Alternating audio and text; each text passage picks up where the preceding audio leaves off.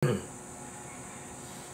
good morning po, Sir Cian Iverson. Sir, ito po yung actual video test ng order nyo. Colorful GeForce GTX 1060 5GB. Ito po yung actual unit niya.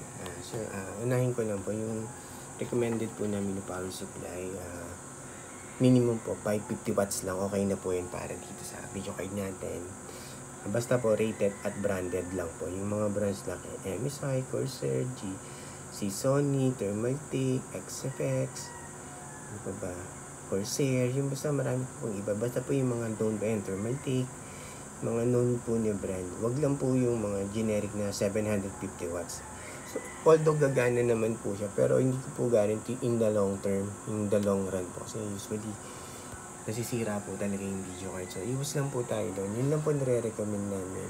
Yung rated at branded po. So, kahit brand new pa yan o use, basta mas maganda po mag-invest tayo sa power supply na rated po and branded. Okay?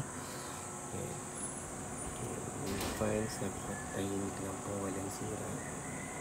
Ayan. Tapos, ito, yung 16 power connector niya. Mga sa power supply. Serial number. Tapos warranty sticker po. Sir, panood lang po, yung may warranty po kayo sa amin. Just in case po hindi gumana, ganyan, may problem po, message nyo na po kami. At saka may warranty naman po kayo, kaya natin to worry. Basta po, intact po yung warranty sticker natin, hindi po inalis yung mga warranty sticker, hindi po binuksan, okay po yan. Pero pag binuksan po yung video card, inalis yung warranty sticker, void po yun, hindi po namin i-accept yung warranty claims na binuksan po yung video card, inalis po yung mga warranty sticker, okay po. Basta po pag may any problem po, message nyo lang po kami kasi may warranty naman po kayo. Help namin kayo or palitan po namin unit pag hindi po talaga gumagana. Okay po, pero yung tested naman po to, 200% working po siya. Panood na lang po siya, okay? Tapos ito yung per mark test. Yan. Tinitest natin habang chine-check yung video card na order nyo po. Time running niya dito sa per mark 2 minutes 50. Yan, eksakto natin 3 minutes. Yan, 3 minutes na. OpenGL errors na NVIDIA GeForce GTX 1060.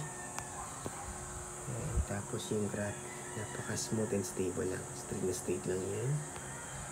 Ito yung buong screen po. Yan, walang kahit na anong issue, walang random restart, walang shutdown, walang hang and freeze. Hindi rin po nag-BBSOD at garbage display po yan, sir. Cian Iverson, napaka-stable na stable lang po.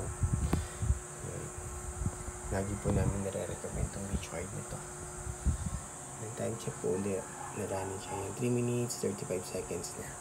Stable lang po siya, sir. I-close ko na po ito.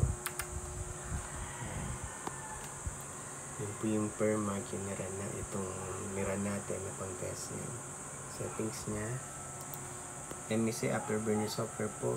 Para makita nyo kung anong video card po talaga yung nade-detect. Bawat software, isa lang po yung video card na nade-detect niya. Ito, GPU-Z. Full details and specs po sa GPU-Z.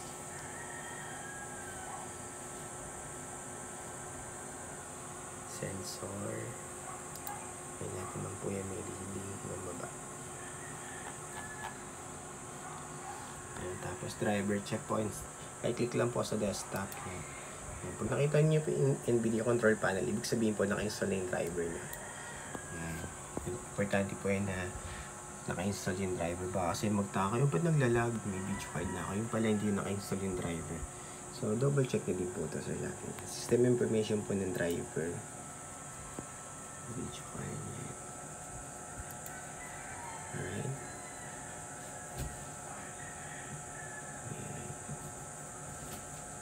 Okay, tapos open po Google Chrome naman for time and date checking para alam nyo po real time kailan ko po na-record, kailan po namin na-record tong video test before po namin i-ship out today. 7:07 AM Saturday, May 24, 2025 yan po yung date and time natin, real time po yan, sir. Cian Sapa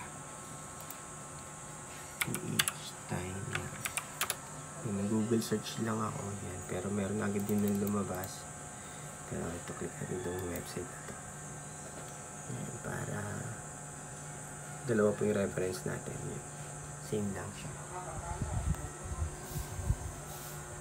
Okay. Pag gusto nyo po i-double check kung legit at kung real time talaga ito po, pwede nyo po i-double check ng mga website nila. Yan, ito isa. Ito din po isa. Yan. Okay, yun na po Sir Zian. Close ko na po ito para and shutdown para mapaship out na po namin today. Shutting down.